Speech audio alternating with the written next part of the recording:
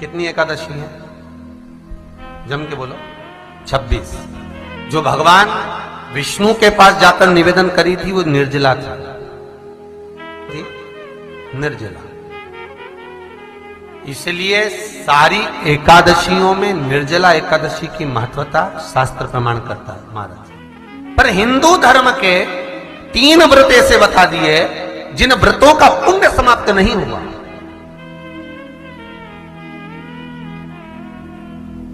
हिंदू धर्म के 3 व्रत ऐसे हो गए जिनका पुण्य समाप्त नहीं हुआ महाराज।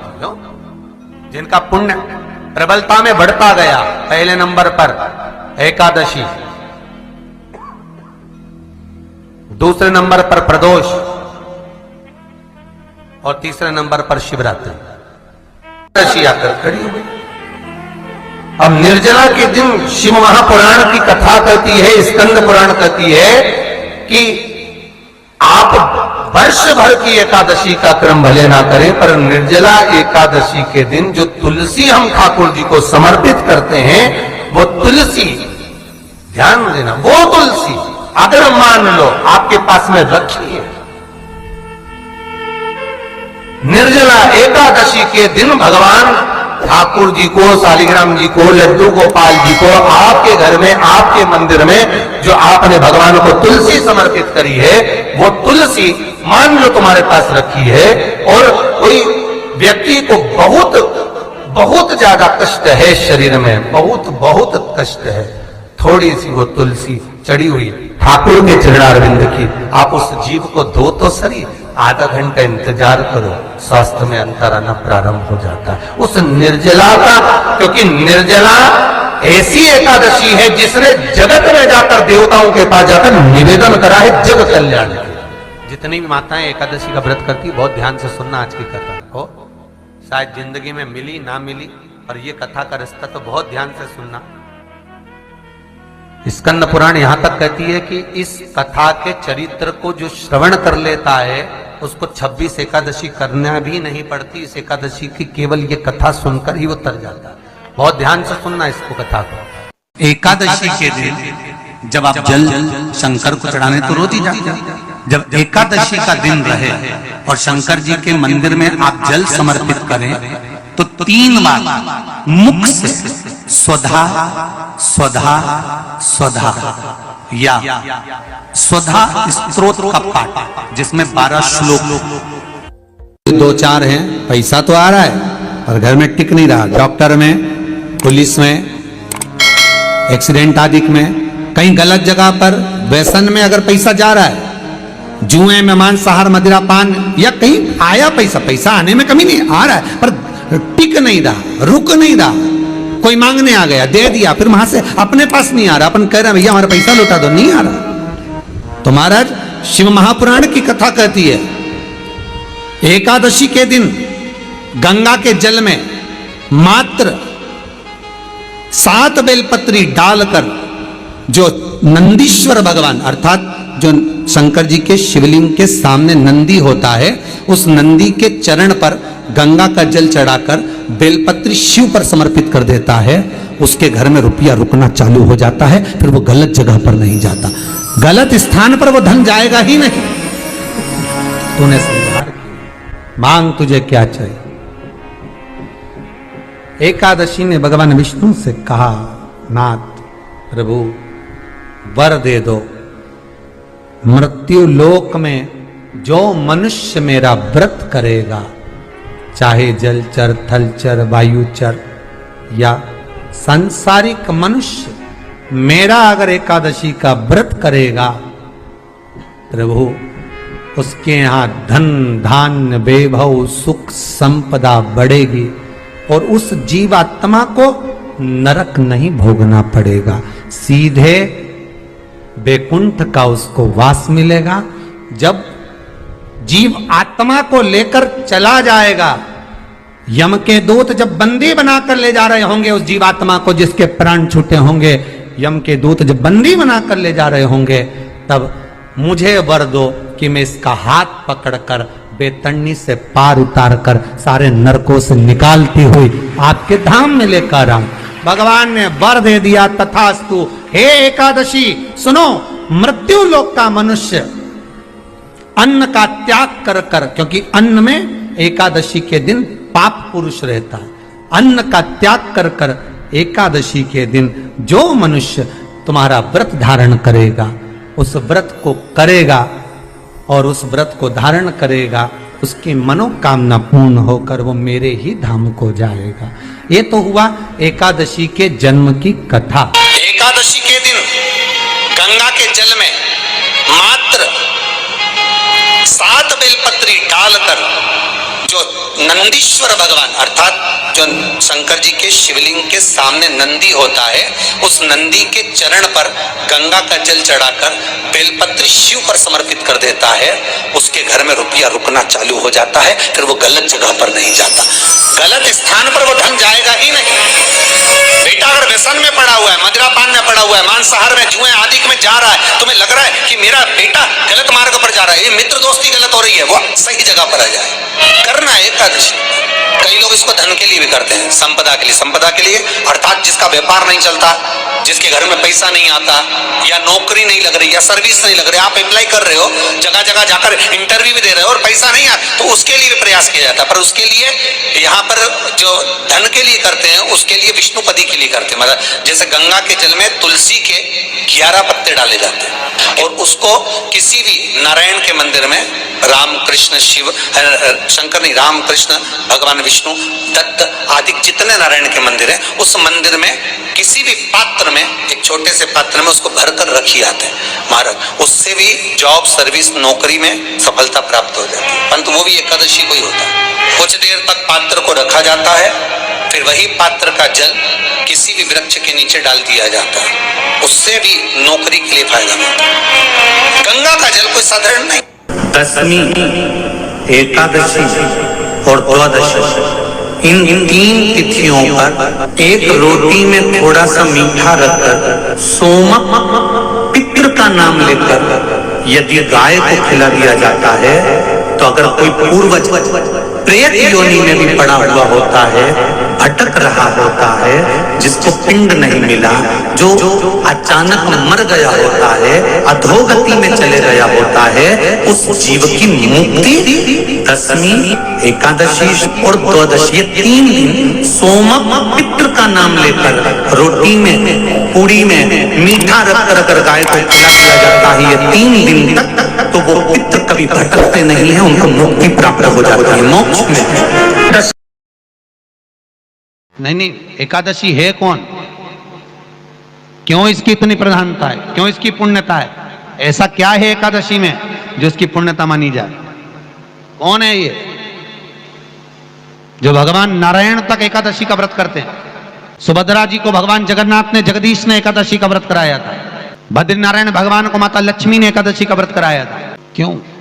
चंद्रायण एकादशी व्रत की माता। एकादशी है कौन? तो कहा जिसको व्रत करने पर भगवान नारायण भी जिसका व्रत करते हो, भगवान माता लक्ष्मी जिसका व्रत करती हो, वो एकादशी है कौन? तो शास्त्र वर्णन करता है महाराज, स्कंद पुराण का सुंदर चातुर्मास्य खंड के अंतर्गत वर्णन आया है महाराज। एक बार भगवान विष्णु आनंद में विराजमान थे, पद्मावती और माता लक्ष्मी दोनों उनके पास में विराजी हुई थी।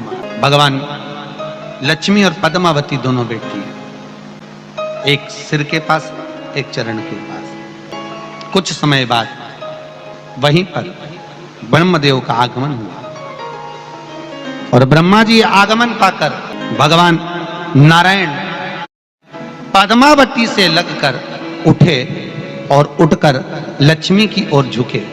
झुकने पर इन तीनों के समागम से भगवान नारायण के हृदय चित्त से एक कन्या प्रकट हो गई।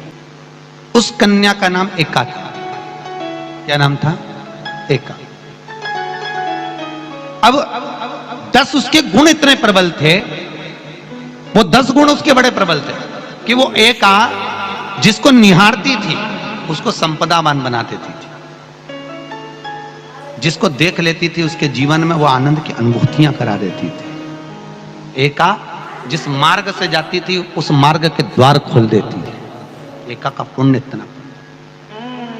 इतना पुण्य प्रखर। पद्मावती और लक्ष्मी ने कहा महाराज ये बेटी आपके द्वारा निर्मित हुई है, इसका कन्यादान करना चाहिए। हमारे यहाँ हिंदू धर्म में रीति है, जिस दिन कन्यादान करा जाता है उस दिन व्रत रखा जाता है। अब आजकल रखते कि नहीं रखते हो मालूम नहीं, और कन्यादान करते समय व्रत रखा जाता है। व्रत रखना, एका का कन्यादान करना है। भगवान बोले कन्यादान करें, किसको दें? एका किसको दी जाए? एका प्रदान किसको करी जाए? पुण्यता किसको दी जाए?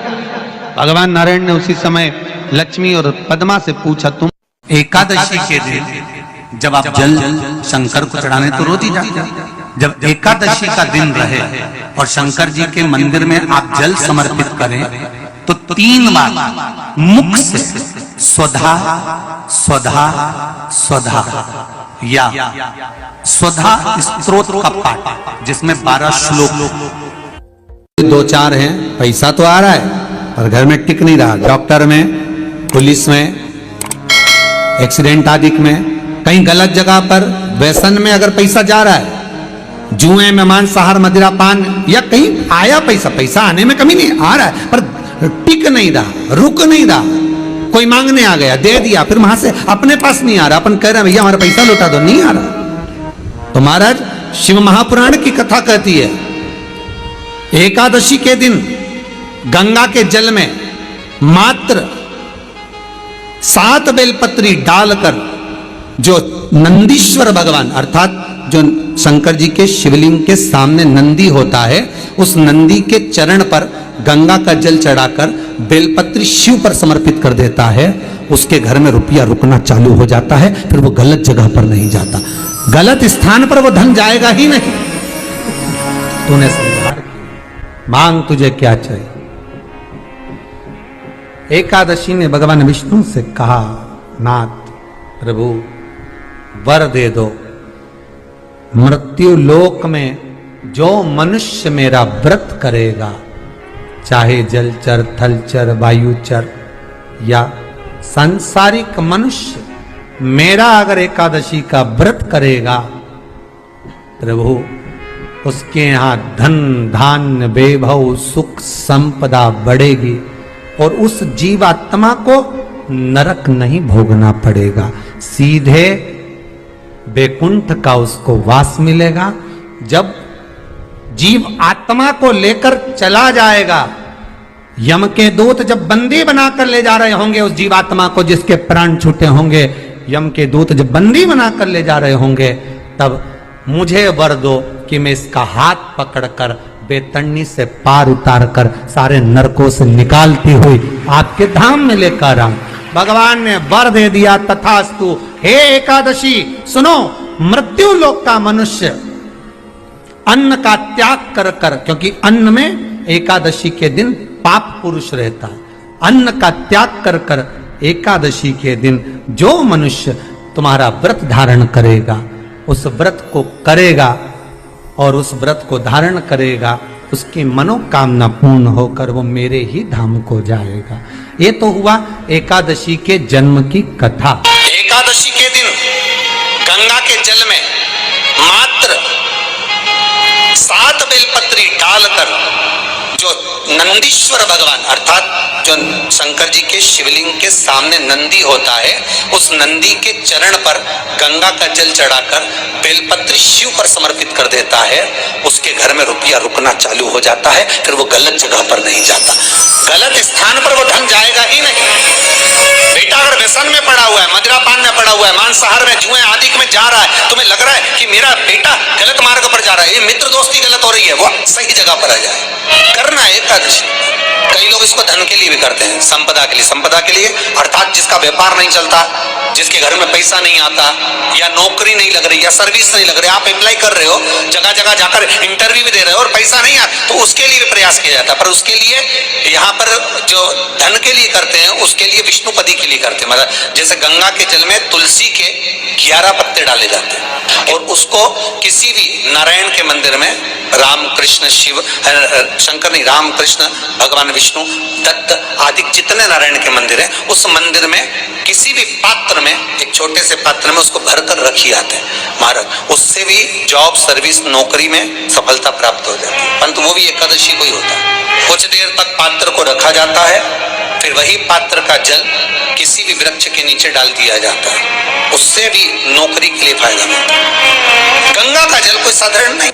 दशमी, एकादशी और द्वादशी, इन तीन तिथियों पर एक रोटी में थोड़ा सा मीठा रखकर सोमक पितृ का नाम लेकर यदि गाय को खिला दिया जाता है, तो अगर कोई पूर्वज प्रेत योनि में भी पड़ा हुआ होता है, भटक रहा होता है, जिसको पिंड नहीं मिला, जो अचानक मर गया होता है, अधोगति में चले गया होता है, उस जीव की मुक्ति दशमी, एकादशी और द्वादशी, ये 3 दिन सोमक पितृ का नाम लेकर रोटी में, पूड़ी में मीठा रखकर अगर गाय को खिला दिया जाता है, ये 3 दिन तक, तो वो पितृ कभी भटकते नहीं है, उनको मुक्ति प्राप्त हो जाती है, मोक्ष में।